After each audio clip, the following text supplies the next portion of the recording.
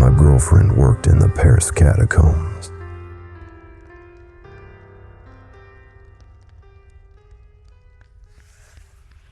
There was nothing special about the cafe. Tiny yellow espresso mugs with smiley faces on them, delicious French onion soup, and worse than mediocre bread to dip. An overhang outside with rusty tables and wobbly chairs, a perfect place to watch passers-by suffering through one of the several brief downpours that seemed to afflict Paris at random intervals during every April afternoon. No, nothing special at all about the cafe. Nothing, except her, Helene. Her arms were speckled in tattoos that her face looked entirely too wholesome for. Her eyes green, almost the same circumference as the espresso mug she sipped slowly from as she sat cross-legged on the wobbly chair outside. But she didn't watch the people, and they weren't caught in a downpour. She just sat, immersed in a novel, McEwan's latest, and looked beautiful. I don't like to bother beautiful women in public, but this time I simply had to. I haven't read him in a while, I say, stepping out of the cafe holding an Americano in a to-go cup. I'm American after all, and though I'd been in Europe for a while, I'd never understood the appeal of paying my hard-inherited money for a mere tablespoon of ultra coffee. Is that one any good? Helene glanced up skeptically, a bit annoyed, as if she'd already been approached by 5 other men walking out of that very cafe. But she must have liked what she saw, because her gaze softened, and she said, "He's brilliant." "Would you think me uncultured if I told you I liked Atonement better as a film?" I asked, pulling out the seat across from her. Well, that was all it took. We were off to the races, Helene and I. We talked about everything from The Cement Garden, his creepy, incestuous debut novel, to Nutshell, the wife kills husband drama told from the perspective of the unborn child inside her. And of course, she told me I was wrong, dead wrong about Atonement. Say what you will about McEwan, but you'll always have something to say. Eventually, casually, I asked her where she worked. "You might think it's weird," she said, her accent light and airy. "Weirder than Nutshell," I laughed. "That's fair," she sighed, then leaned forward. "I work down in the catacombs. I guide tours, keep things clean, hang out with all my friends down there." She said this last with a faux spooky waggle of her fingers. I raised my eyebrows in feigned surprise. The catacombs.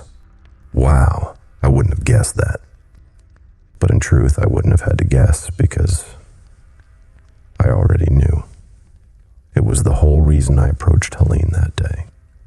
Like I said, I simply had to talk to her. I should back up.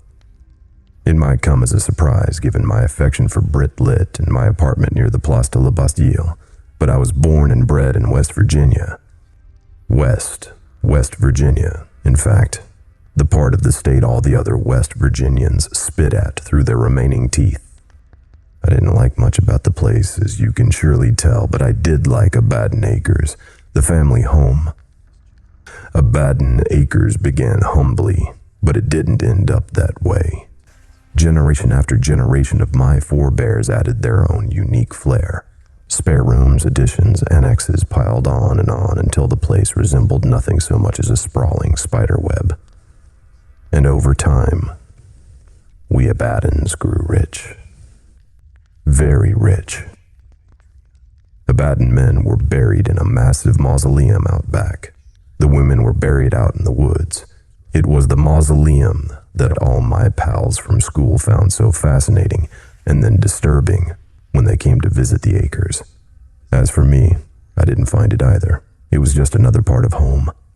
Going inside was strictly forbidden to all except the Abaddon family patriarch, my father.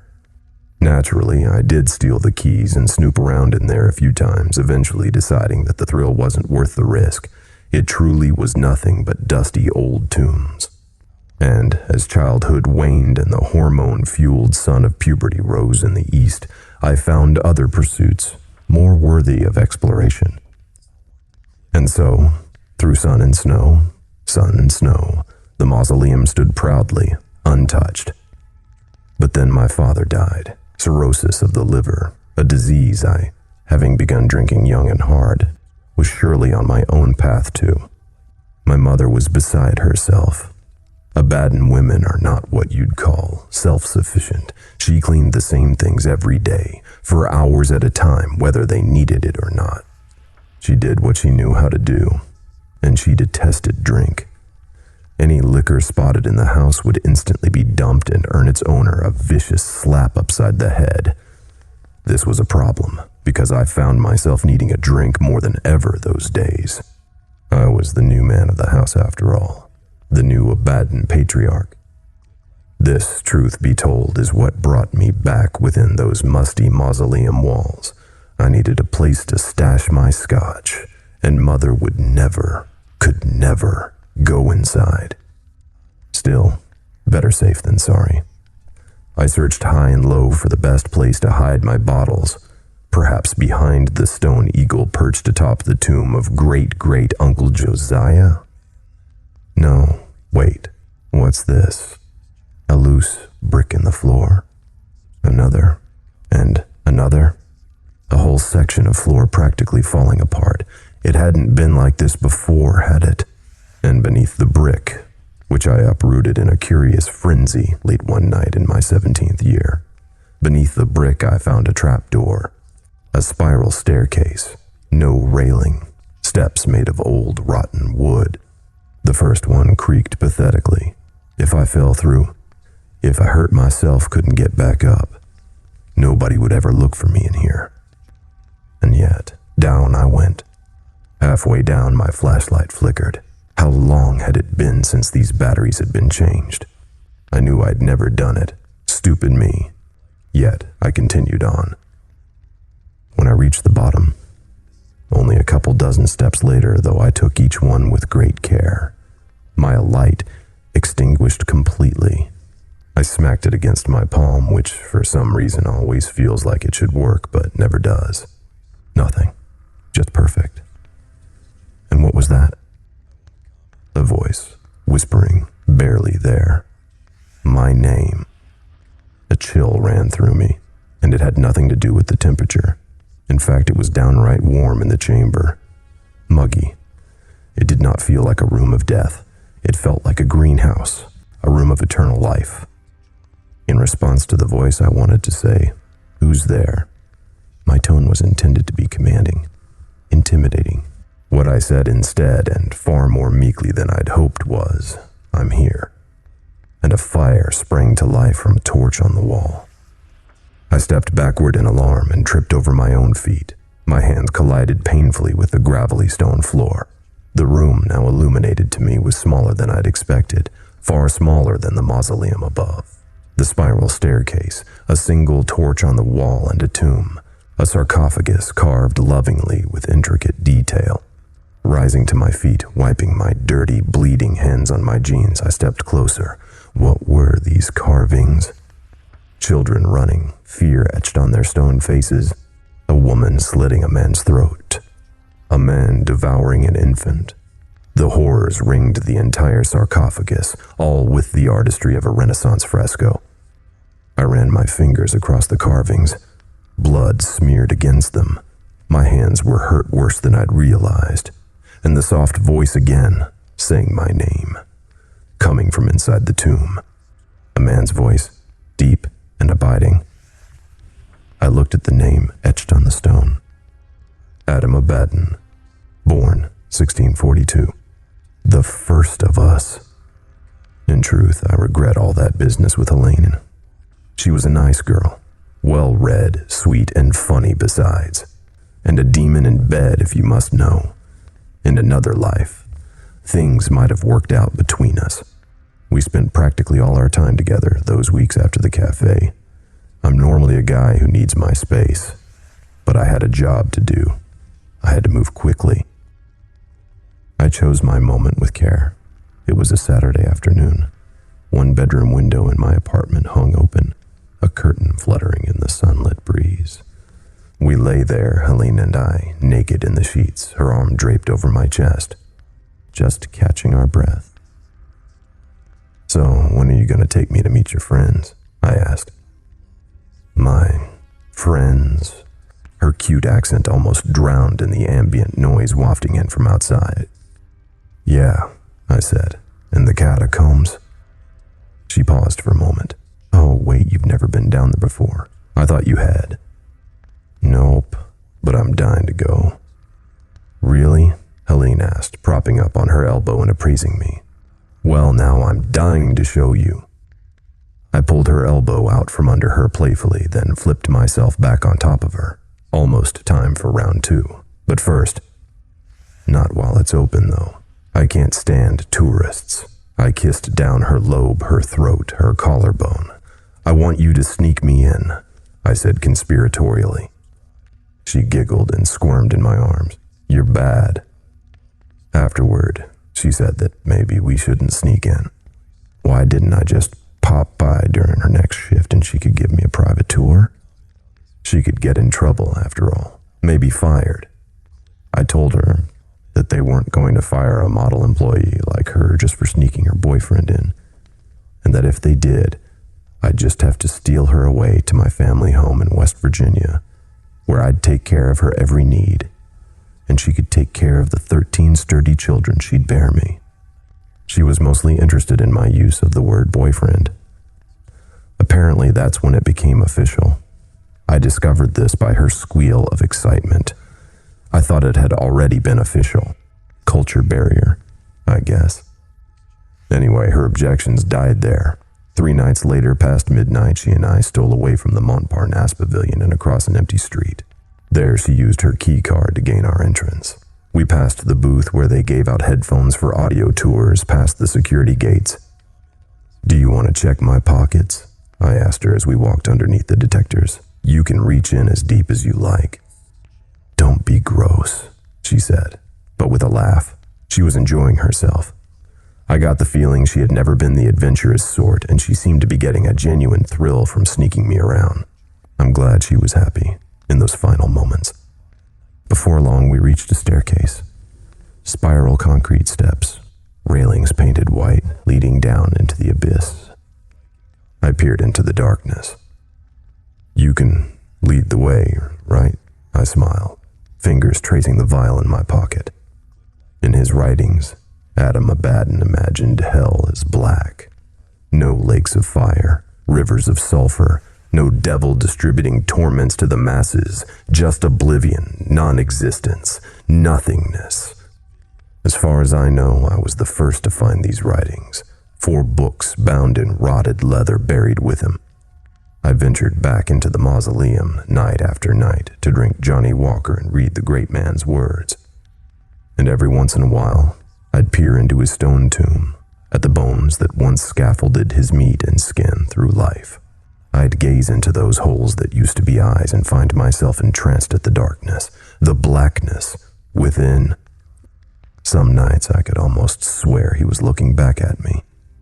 The books were ostensibly biographical, but Adam was a man of philosophy, of thought. His writings rivaled any of the greats. Some kids cut their teeth on Nietzsche, or crime and punishment, or, God forbid, David Foster Wallace. I had my 13th great-grandfather, and his words sunk deep. 200 years before Darwin, he surmised that we were mere animalia, descended from the apes. He forced his wife, and later his daughter, to wash her hands with a lye-based solvent of his own devising before preparing his food. He anticipated the development of flying machines, long-range communication devices, and a global economy. He also worked out a way to rise from the dead. You see, Adam Abaddon's truest achievements were in the realm of the occult. When such themes first appeared in his writing, I thought it a foolish preoccupation of an otherwise brilliant mind.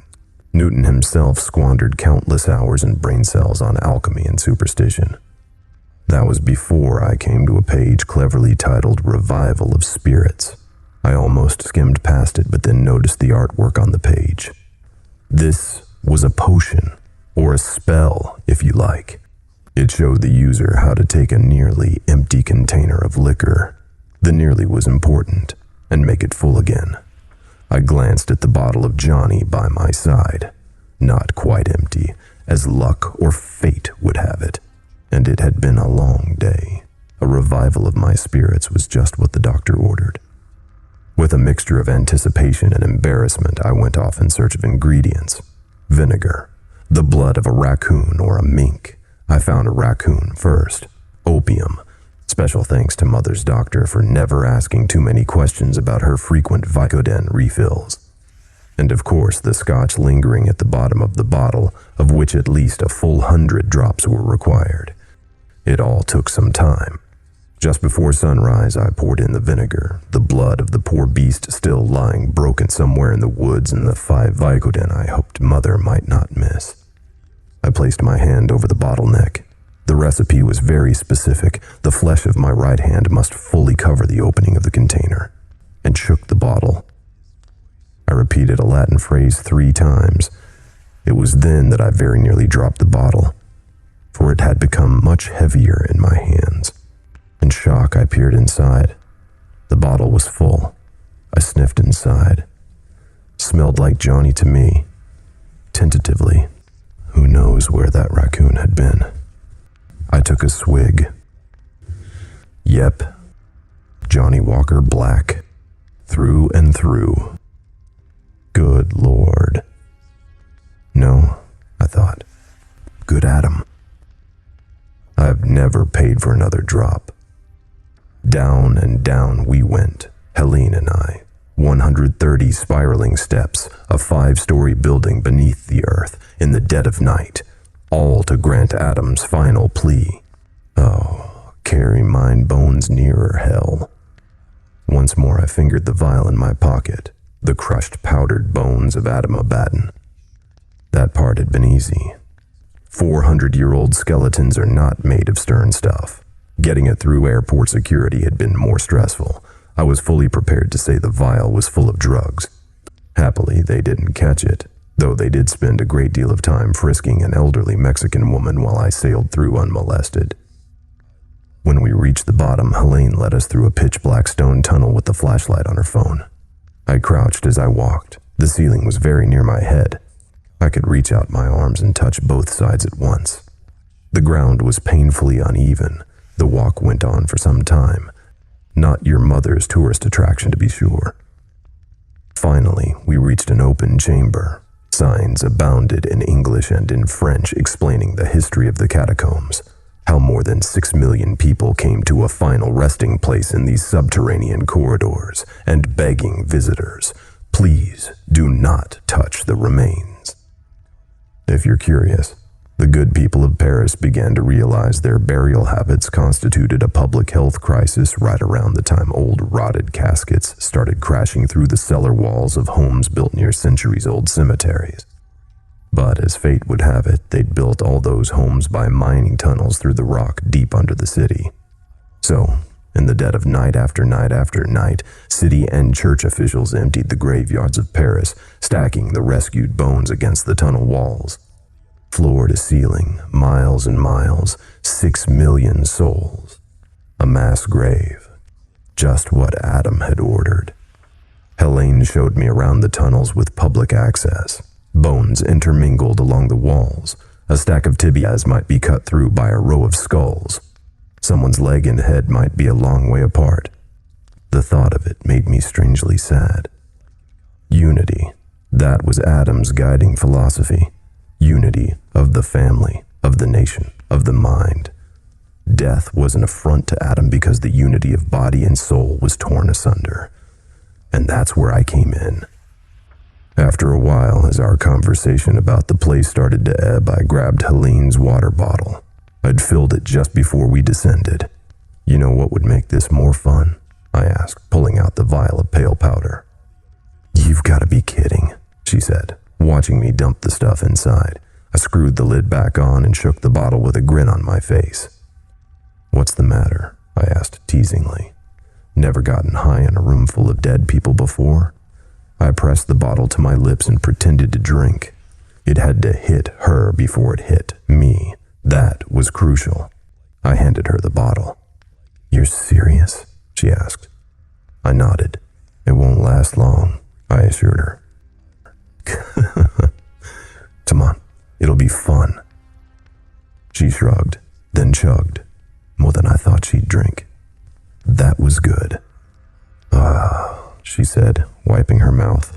That tastes horrible. You'll forget all about the taste soon, I said. Let's sit down and wait for it. We found a wall of femurs, the sturdiest bones to rest upon. I ran my fingers over the damp stone floor. Give me a bit more, I said, reaching for the bottle. You drank more than I did. And this time, I did drink, an act of faith to rival any taken by Moses or Peter. Helene and I laced our fingers together and waited. After a while, she spoke. I feel weird. You're supposed to, I said, looking over at her. She coughed. Blood began to trickle from her nose. What's happening? She managed, coughing more fiercely and spraying more blood from both her mouth and nose. She clutched her stomach, fingers clawing as if trying to dig something out. Then she started to crawl on her hands and knees, blood dripping. She vomited fiercely. It'll be over soon, I muttered. Then I began to mutter other words.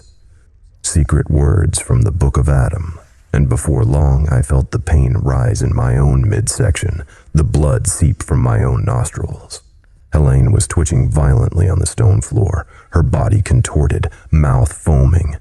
She was still by the time I began coughing. But it was all happening too fast. I was coughing too hard. I wouldn't have time to finish the spell. Something primal in my body jerked me to my hands and knees just as Helene had been. I gasped out the words as I expelled the lining of my stomach through my teeth. Blood splashed the bottom rows of femurs. My brain felt like it was blistering, popping, seeping. How could I have done this to sweet Helene? This was agony beyond imagining. And then it stopped. I don't know if Adam had somehow taken that cup from me or if the pain receptors in my brain had simply given out. All I know is that I had just enough strength to say the final words before I died. All noise and movement ceased, and the tunnels were peaceful once more. Our bodies lay in crumpled heaps beside one another. The authorities would examine our stomachs, our vomit, and they would find a mixture of cyanide and ancient bones. A lover's pact, surely. It would be hushed up, cleaned up, reopened quickly and efficiently. The public could not be told how the sacredness of this place had been violated. And then the bones on the wall started to shake, almost imperceptibly but resolutely as some ancient power rose up from the depths, from the hell I'd carried Adam's bones nearer. There was a low rumble, and from underneath a wall of bones, Adam Abaddon's body rose anew. "Thou hast done well," said a voice inside our head as we crawled out from the weight of the bones and stood dusty femurs clattering at our naked feet. "Thank you, Adam," I thought in reply. We stretched our limbs, he for the first time in centuries. Silently, we removed the clothes from my old body, lying still in a gory puddle of its own sick. Silently, we put them on, each motion a sacred act. Adam had been, and now is once again, exactly my size. We looked down at the bodies for a time, at Helene, whose wide, still eyes stared emptily at a pile of bones, both of us grateful for what her sacrifice had made possible. I hadn't known what to expect, but to share a mind was easy, natural even. I reeled through the centuries, memories I'd never lived. A miracle.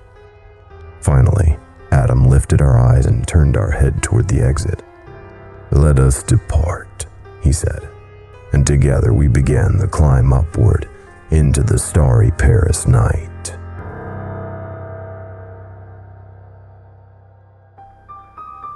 Thank you for listening and delving into the dark with me. I would be so grateful if you please click the thumbs up, subscribe, and leave me a comment. The more engagement this video gets, the more YouTube will push my content to others, and thus our twisted little community will grow. All stories read on this channel will be available on Spotify, iTunes, iHeartRadio, and many other podcast apps. Links are in the description. Thank you again for listening, and I look forward to hearing from you.